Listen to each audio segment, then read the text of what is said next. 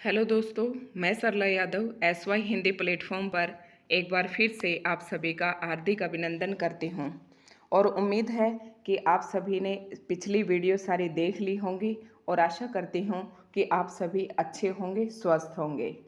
तो आज बढ़ते हैं अब हम अपने नए टॉपिक की तरफ और अगला जीवन परिचय है शेखर जोशी। शेखर जोशी जिसने लिखा था गलता लोहा। इनकी रचना है गलता लोहा। ये रचना इन्होंने लिखी थी। ये विधा की दृष्टि से एक कहानी है। आज इसको हम कहानी को नहीं पढ़ेंगे, इसके जीवन परिचय को पढ़ेंगे। तो शेखर जोशी ने क्या लिखा? गलता लोहा। कौन सा पाठ लिखा जो कि आपके सिलेबस में मेंशन है, HPSC के सिलेबस में भी मेंशन है कि ये 11वीं के गद्य खंड में से लिया गया है। पाठ का नाम है गलता लोहा और लिखा किसने है? शेखर जोशी ने। तो आज हम शेखर जोशी का जीवन परिचय पढ़ेंगे। शुरू करते हैं हम बिना किसी अविलंब के। अंतर की घुमड़ती वेदना को आंखों की राह बाहर निकाल लेने पर मनुष्य जो भी निश्चय करता है वे भावुक क्षणों की अपेक्षा अधिक महत्वपूर्ण होते हैं। वैसे इन लाइनों का आपके लिए वैसे कोई महत्व नहीं है, लेकिन जैसे HPSC वगैरह या स्क्रीनिंग के जो भी एग्ज़ाम होते हैं उनमें ये लाइनें आपको एज इट इज़ देखकर पूछ लेंगे कि ये किस रचना की पंक्तियां हैं। तो ये दाजू रचना है।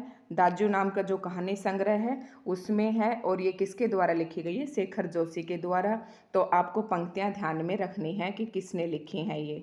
इनका इतना ही मतलब है, यहाँ पर ज़्यादा और कुछ नहीं है। और HPSC जो स्टूडेंट्स हैं वो इसको अपने जो सब्जेक्टिव वो है मैटर को अच्छा बनाने के लिए वो इसमें लिख सकते हैं, अगर याद रख सकते हैं तो। अब बढ़ते हैं हम शेखर जोशी के जीवन परिचय की तरफ।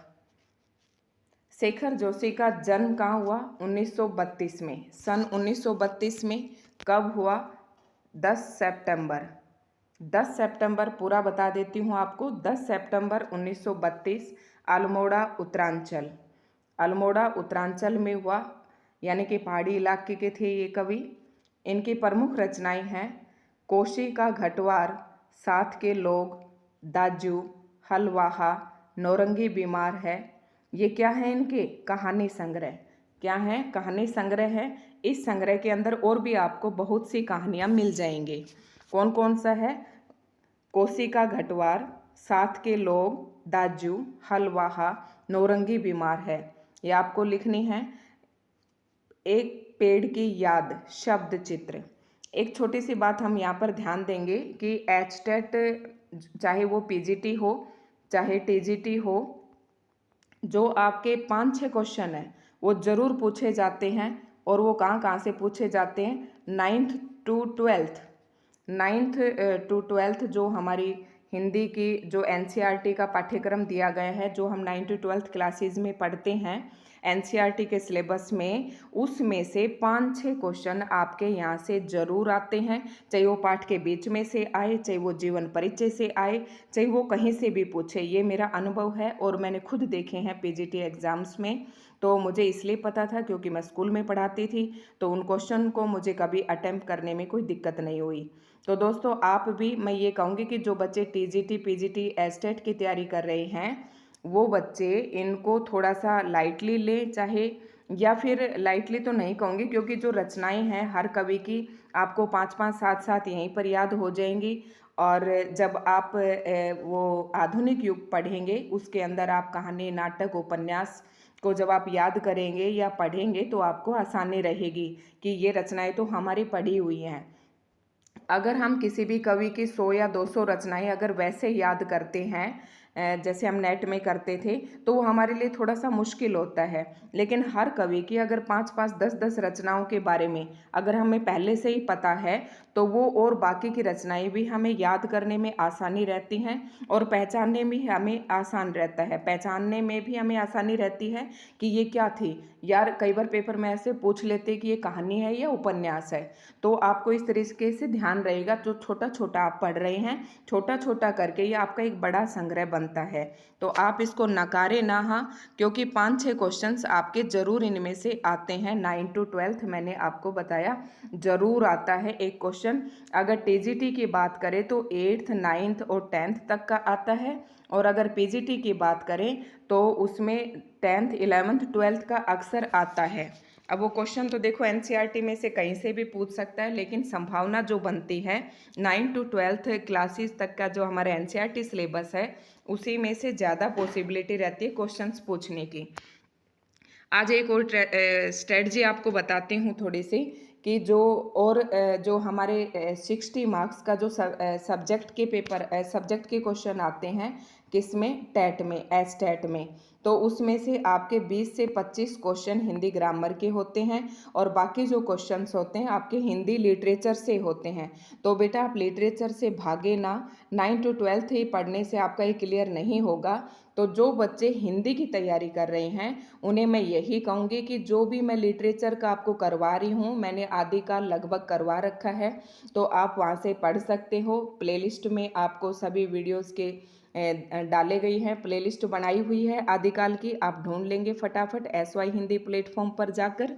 और ये हमारे चैनल का नाम है, आदिकाल की वीडियोस डाली हुई हैं, और भी बहुत सारी वीडियो हैं। तो मैं ये कहती हूँ कि जैसे अब कभी हम किसी नए सिरे से हम तैयारी कर रहे हैं और किसी का चैनल ओपन करते हैं, तो यार उसमें कम से कम 200 से 250 वीडियो मिल जाती हैं, और आप ये सोचते हैं कि मैं अपनी तैयारी कहाँ से शुरू करूँ, मेरे लिए तो मुश्किल हो रहा है।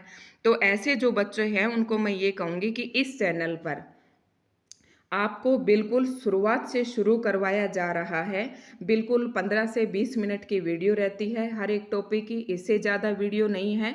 आप जो टॉपिक मैं साथ साथ करवा रही हूँ उन्हें साथ साथ करते जाइए, नोट डाउन करते जाइए, तो देखना सिलेबस आपका कितना हल्का हो जाएगा और पढ़ना बिल्कुल भी आपको मुश्किल नहीं लगेगा। जब तक आपका एस्टेट का एग्ज़ाम आएगा या कोई स्क्रीनिंग एग्ज़ाम आएगा या HPSC का एग्ज़ाम आएगा, तो एक दिन आपको लगेगा कि यार हमने तो धीरे धीरे बहुत कुछ पढ़ लिया। तो इस तरीके से आपको तैयारी करते चलना है मेरे साथ। लेकिन और अगर आपको हमारे यहाँ पर मैटर आपको अच्छा लग रहा हो, चैनल पे आपको पढ़ाने का तरीका अच्छा लग रहा हो, तो प्लीज़ आप चैनल को लाइक, शेयर और सब्सक्राइब प्लीज़ ज़रूर करें, क्योंकि हमें ये नेक्स्ट वीडियो बनाने के लिए मोटिवेट करता है। तो खुशी होती है, और मुझे काफ़ी खुशी हो रही है, बच्चे काफ़ी उत्साहित कर रहे हैं, अच्छा रिस्पॉन्स दे रहे हैं, इसलिए मुझे वीडियो बनाना भी अच्छा लग रहा है। और कोशिश करती हूँ कि दिन की 2-2 वीडियो दूँ, लेकिन कम मैं इसलिए डालती हूँ ताकि आप लोगों के लिए भार इकट्ठा ना हो, आपको भार सा ना लगे पढ़ाई। आप इसलिए एक एक वीडियो को देखते जाना। 4-5 जीवन परिचय हम करवा चुके हैं। इन जीवन परिचयों को आप मात्र जीवन परिचय न समझे, क्योंकि यहाँ पर रचनाएं हैं जो आपके उपन्यास, कहानी और नाटक का बेस तैयार कर रही हैं। जब आप वहाँ पढ़ोगे तो आपको लगेगा कि हमें सब कुछ आता है इतना तो, और बहुत ज़्यादा डीप तो एस्टेट में भी नहीं पूछा जाता है। तो आज के लिए इस वीडियो में इतना ही है। एस्टेट के लिए मैं आपकी एक अलग से मोटिवेशन वीडियो बना दूंगी, और एक HPSC के लिए, तो उसमें हम उसकी स्ट्रेटजी प्लान करेंगे, कर रखी है मैंने, मैं आपके साथ शेयर कर दूंगी। ठीक है, तो हम पढ़ते हैं। शेखर जोशी का जीवन परिचय। जन्म कहाँ हुआ था? 1932 में। और कब हुआ था? 10 सितंबर। यहाँ याद दिया हुआ नहीं है, क्योंकि हम अदर बुक से उठाते हैं तो इनकी श्योरिटी थोड़ी कम रहती है। तो हम कोशिश करेंगे कि NCERT का डाटा ही हम पढ़ते जाएं। तो अल्मोड़ा में हुआ था, और कहाँ पर हुआ था? उत्तरांचल में हुआ था। प्रमुख रचनाएं हैं। रचनाएं क्या हैं? शेखर जोशी एक कहानीकार थे। शेखर जोशी क्या थे? एक कहानीकार थे। आप देख रहे हो कि इनकी रचनाओं में क्या है? ज़्यादातर कहानियाँ ही है। तो कहानीकार थे ये एक। कहानियाँ, रचनाएं कौन कौन सी है मैंने आपको बता दी हैं। कोशिका घटवार, साथ के लोग, दाजू, हलवाहा, नौरंगी बीमार है। ये कहानी संग्रह। अब आप ट्रिक कहे तो मैं बता देती हूँ। सभी वो क्या है? हलवाहा। हलवाहा का नाम क्या है? नौरंगी। भाई कह रहा है कि हलवाहा, जैसे चरवाहा कहते हैं ना, इस तरीके से हल को वह हम ट्रिक बना लेते हैं कि हल को चलाने वाला कौन? हलवाहा। उसका नाम है नौरंगी, और साथ के लोग मिलकर जाते हैं कहाँ पर? उससे मिलने के लिए। और वो कहाँ पर है जगह? कोसी का घटवार, वहाँ रहता है वो, और दाजू को भी साथ ले जाते हैं। साथ के लोग और दाजू मिलकर हलवाहा नौरंगी बीमार है, कोसी के घटवार में जाते हैं उससे मिलने के लिए। ये आपको मैंने ट्रिक बता दी और आप अपनी मर्जी से भी कोई ट्रिक बना सकते हो, क्योंकि अपनी खुद की बनाई हुई ट्रिक जल्दी याद होती हैं। तो यहाँ पर आप देखेंगे ये कहानी संग्रह है एक पेड़ की याद। एक पेड़ की याद क्या है? एक शब्द चित्र है। शब्द चित्र उसको कहते हैं जैसे एक पेड़ है। आप इस शब्द चित्र को जब इस रचना को जब आप पढ़ेंगे एक पेड़ की याद, तो आपके सामने उस पेड़ का चित्र सा बन जाएगा। आपको प्रतीत होएगा कि हाँ मेरे सामने एक चित्र खड़ा है। ठीक है, पेड़ की जगह पेड़ का एक चित्रों शब्दों के माध्यम से एक चित्र आपकी आंखों के सामने आपके दृष्टि पटल पर बन जाएगा, उसे शब्द चित्र कहते हैं। तो ये शब्द चित्र संग्रह है, इसमें एक ही नहीं और भी शब्द संग्रह होंगे, और भी शब्द चित्र संग्रह होंगे। अगर फ्लो में बोलते वक्त कोई गलती हो जाती है तो मैं उसके लिए सॉरी बोलती हूँ। रिटर्न आपके सामने है, आप देख सकते हैं। सम्मान कौन सा मिला? पहल सम्मान। इनकी मृत्यु कब हुई? सन 2022 में। अरे ये तो अभी तक भी थे। सन 2022 में कब हुए? 4 अक्टूबर। 4 अक्टूबर 2022 को इनकी मृत्यु हुई। 10 सितंबर 1932 को इनका जन्म हुआ था, अल्मोड़ा उत्तरांचल में हुआ था। ये रचनाएं मैंने आपको ट्रिक से बता दी हैं। सम्मान इनका एक ही था, पहल सम्मान, जो कि एनसीईआरटी की बुक में दिया हुआ है, और बहुत ज़्यादा इनके सम्मान नहीं है। बढ़ते हैं हम आगे। पिछली सदी का छठवां दशक, यानी कि अब आपकी 20वीं शताब्दी चल रही है, तो 1960 के या 50 के आसपास की अगर हम बात करते हैं, पिछली सदी का छठवां दशक हिंदी कहानी के लिए युगांतकारी समय था। युगांतकारी 1960 के और 1950 से 60 के बीच में आते आते क्या करें, युगांतकारी मतलब उस समय जो एक युग चल रहा था, उस युगांतकारी युग का अंत होता सा दिखाई दे रहा था। एक साथ कई युवा कहानीकारों ने अब तक चली आती कहानियों के रंग ढंग से अलग तरह की कहानियां लिखनी शुरू की। एक आपको यहाँ इस लाइन का मैं मतलब बता देती हूँ कि 1850 के बाद आपको पता है 1900 तक किसका भारतेंदु युग है। भारतेंदु युग होता है हमारा, और 1900 से लेकर लगभग 1918 तक प्रेमचंद जी का युग है। तो ये जो युग था हमारा, ये कहानी का एक बहुत ही मतलब गहराई वाला युग था, जिसमें काफ़ी कहानियाँ उस समय लिखी जा रही थी। तो उस 1918-20 के बाद फिर और कहानियाँ आई उसके बाद थोड़ी सी। तो कहानियों का जो दौर है वो कई दशक तक चलता रहा। तो सबसे कई पहले जो कहानियाँ थी, मैंने आपको प्रेमचंद का उपन्यास प्रेमचंद का जब जीवन परिचय पढ़ाया था तो बताया था पहले किस प्रकार की कहानियाँ लिखी जाती थी। कल्पना, रोमांच और किस्सा गोई, इस प्रकार की कहानियाँ लिखी जाती थी। फिर उसके बाद किस प्रकार की कहानियाँ आई? यथार्थवादी एवं आदर्श, यथार्थवादी एवं आदर्शोन्मुख, आदर्श की तरफ उन्मुख करने वाली कहानियाँ आई। और उसके बाद फिर और नई कहानियाँ आई। उसमें अब हम आपको बताएंगे नई कहानियों का दौर शुरू हुआ, और जो पुरानी परंपरा चली आ रही थी वो एक तरह से खत्म सी होती जा रही थी। तो हम कहाँ थे? ये कहानीकारों ने अब तक चली आती एक साथ कई युवा कहानीकारों ने अब तक चली आती कहानियों के रंग ढंग से अलग तरह की कहानियां लिखना शुरू की, और देखते देखते कहानी की विधा साहित्य जगत के केंद्र में आ खड़ी हुई। उस पूरे उठान को नाम दिया गया नई कहानी आंदोलन। मतलब जो आगे 1960 और 1950 के आसपास जो भी कहानीकार आ रहे थे, उन्होंने उनको जो कहानी की परंपरा चली आ रही थी, जिन विषयों पर कहानी लिखी जा रही थी, उस विषय से वो ज़्यादा संतुष्ट नहीं थे, संतोषजनक नहीं था। क्योंकि उस समय जो थे, जो नई कहानी आंदोलन के जो कवि आए, उस समय हमारे समाज की जो स्थिति बदल चुकी थी। क्योंकि पहले के जो कवि कहानियाँ लिख रहे थे, उस समय हमारा देश परतंत्र था, गुलाम था। लेकिन ये जो नई कहानी आंदोलन के जो कवि आए, उस समय तक हमारा 1947 के बाद हमारा देश आज़ाद हो गया। तो इनका मतलब ये था कि हमारा कहानीकार जो है, हमारे साहित्यकार हैं, कि अपने साहित्य में क्या लिखते जा रहे हैं, ये ऐसा महसूस करते थे कि ये क्या लिख रहे हैं और देश की हालात क्या है, देश में क्या परिस्थितियां हैं, किस प्रकार की भूखमरी है, बेरोजगारी है, किस प्रकार की सामाजिक समस्याएं उभरती जा रही हैं, जाति पाति का जो भेदभाव है, जो कुरीतियां हैं, जो विसंगतियां हैं समाज में, और जो नारी की गिरती हुई स्थिति है, उन सबको इन्होंने देखा और अपनी कहानियों का जो रुख है वो बदला।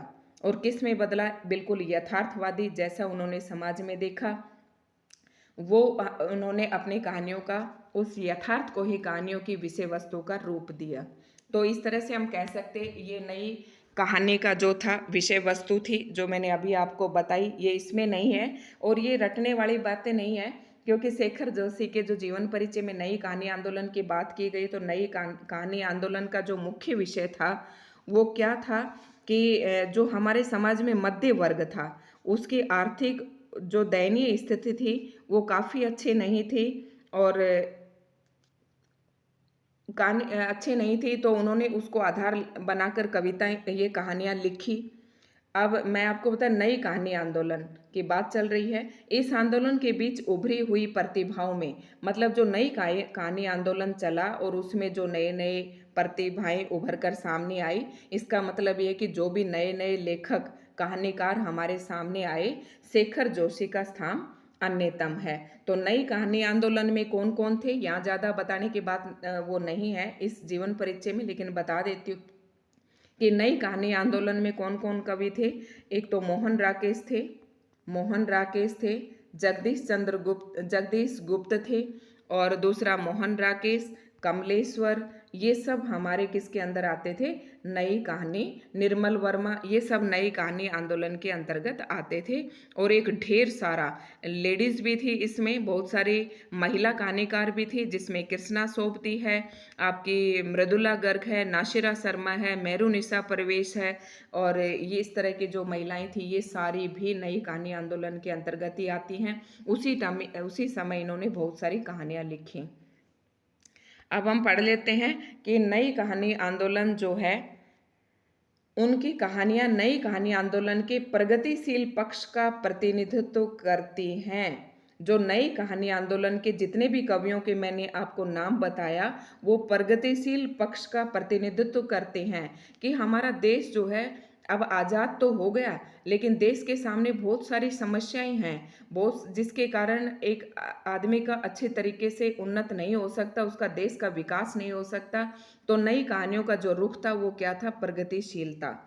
समाज का मेहनतकश और सुविधाहीन तबका उनकी कहानियों में जगह पाता है।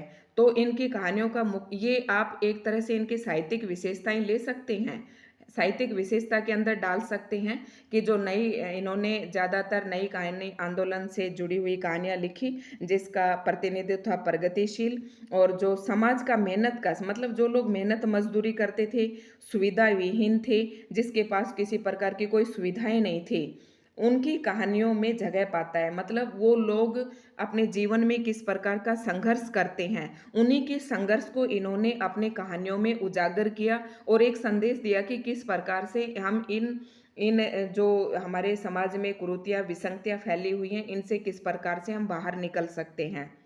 निहायत सहज एवं आडंबरहीन भाषा शैली में वे सामाजिक यथार्थ के बारीक नुक्तों को पकड़ते और प्रस्तुत करते।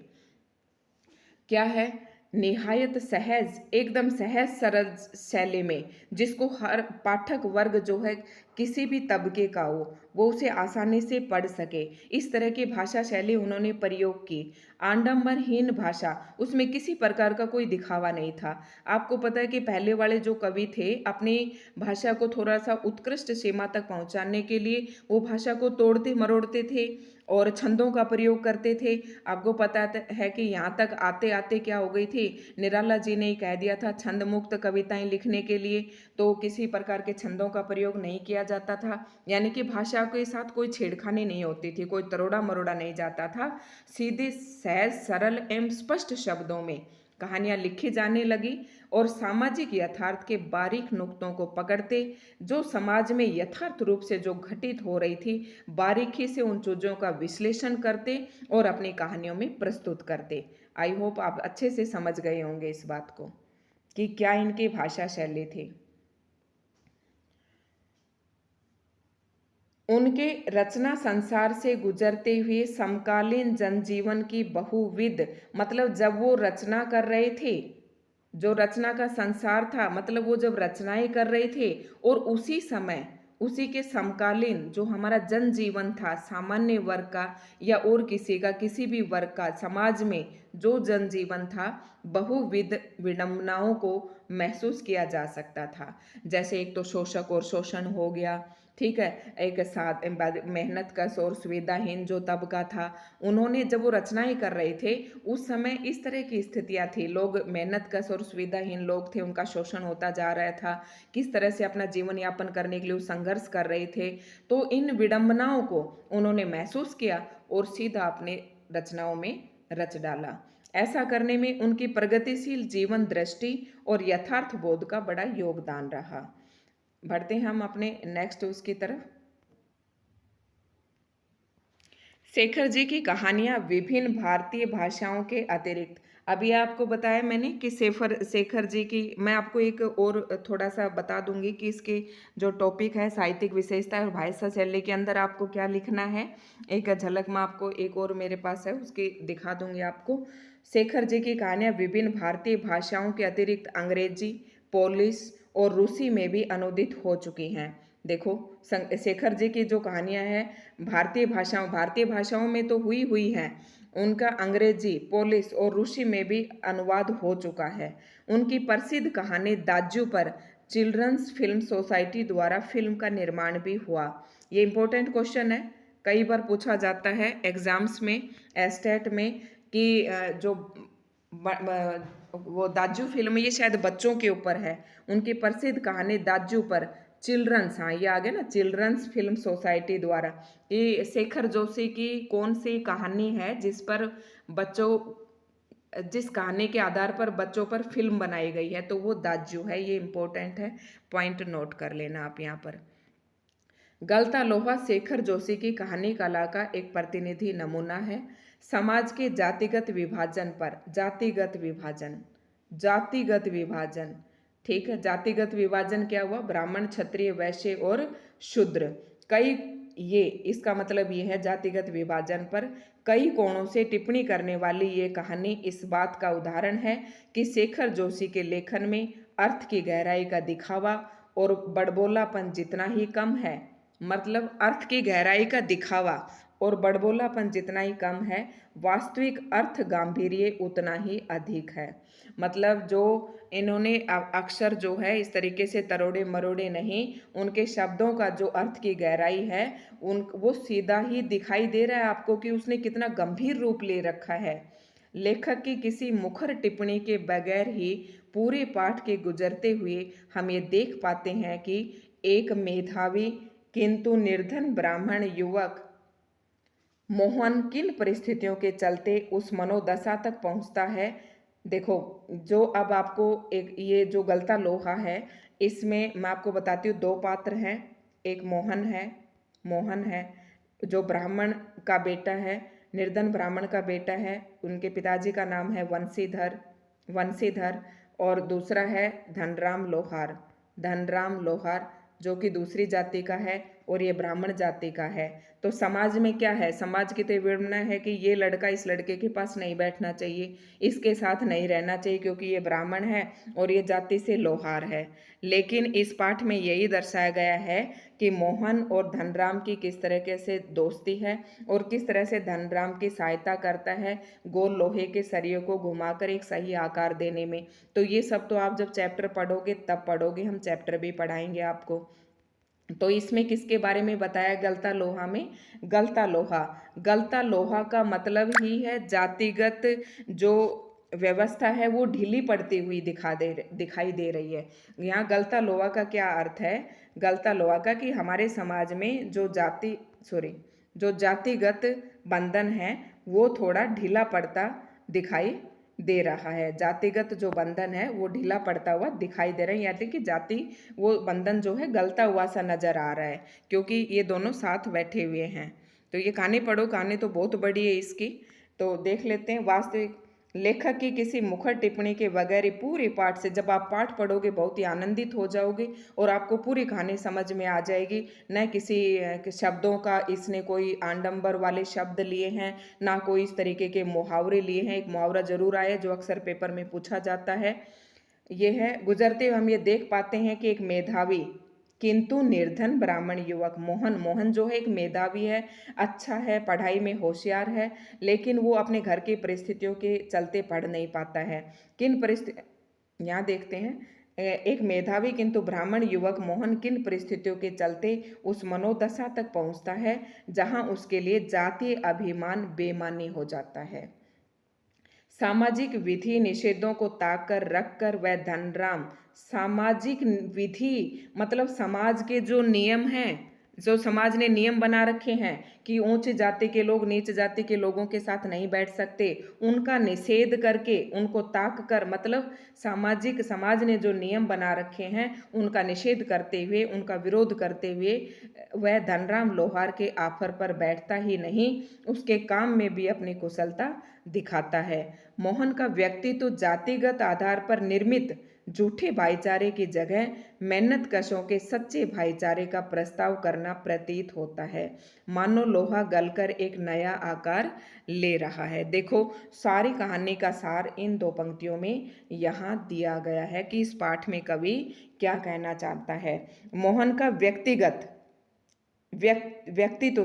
मोहन का व्यक्तित्व जो है जातिगत आधार पर निर्मित झूठे भाईचारे की जगह, वो झूठे भाईचारे को जगह नहीं देता, उसकी जगह उसको क्या पसंद आता है, मेहनत कश और सच्चा भाईचारा। किसको, देखो मोहन किसको पसंद करता है, जातिगत आधार पर जो निर्मित झूठे भाईचारे हैं। क्या हुआ कि मोहन को इसके पिताजी एक रमेश नाम के लड़के के साथ लखनऊ भेज देते हैं, जो उसको ये सांत्वना देकर ले जाता है कि मैं आपके बेटे को अच्छा पढ़ाऊंगा लिखाऊंगा, लेकिन वहाँ ले जाकर ये घर के काम में लगा देता है, उसको नौकर सा बना देता है। लेकिन ये वापस जब अपने यहीं पर आता है तो वो अपने दोस्त के पास बैठकर, वो जब वो लोहार अपना काम कर रहा होता है तो उसकी मदद करता है। इस पाठ में यही दिखाया गया है कि मोहन का जो व्यक्तित्व है जातिगत आधार पर निर्मित झूठे भाईचारे की जगह मेहनत कशों के सच्चे भाईचारे की प्रस्तावना करता हुआ दिखाया गया है। और ऐसा लग रहा है जैसे लोहा गलकर एक नया आकार ले रहा है, मतलब जो जातिगत बंधन है वो ढीले पड़ रहे हैं। ये इस कहानी में कहा गया है। अब मैं आपको थोड़ा सा और बता देती हूँ। ये देखिएगा आप, साहित्यिक विशेषताएं। शेखर जोशी की कहानियों में तत्कालीन सामाजिक जीवन के परिवेश को यथार्थ एवं सजीव रूप में प्रस्तुत किया गया है, जो कि जो समाज में जैसा घटित हो रहा था उसको सजीव रूप में प्रस्तुत किया गया है। स्वतंत्रता के पश्चात भारतीय समाज में जो विकास की प्रक्रिया आरंभ हुई है उसमें जो कमियां रह गई उनको उजागर करना ही श्री जोशी की कहानियों का प्रमुख लक्ष्य रहा। इसी प्रकार समाज में बदलते जीवन मूल्यों को भी उन्होंने अपनी कहानियों का विषय बनाया। और एक और बात, श्री शेखर जोशी ने निम्न तथा मध्यम वर्ग को अपनी आर्थिक दयनीय स्थिति से संघर्ष करते हुए दिखाया। गलता लोहा शीर्षक आने का पात्र मोहन घर की आर्थिक दशा अच्छी न होने के कारण ही किसी अच्छे स्कूल में शिक्षा प्राप्त नहीं कर सका। कुशाग्र बुद्धि होने पर भी वह जीवन में कोई अच्छा पद प्राप्त नहीं कर सका।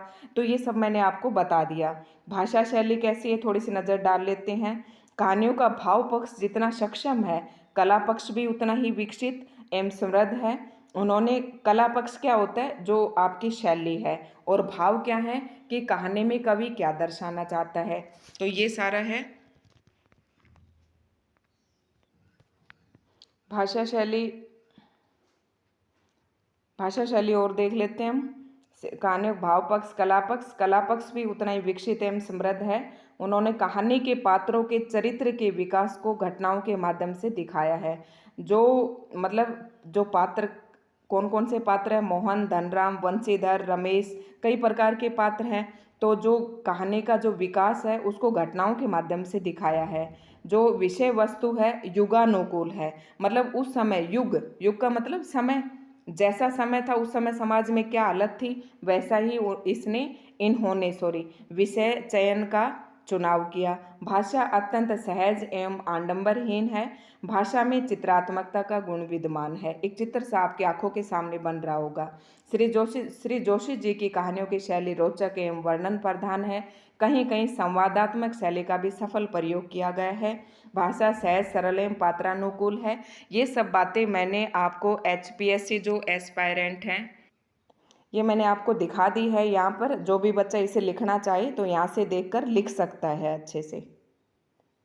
तो वीडियो आपको पसंद आए तो please share, subscribe and like ज़रूर करना। धन्यवाद।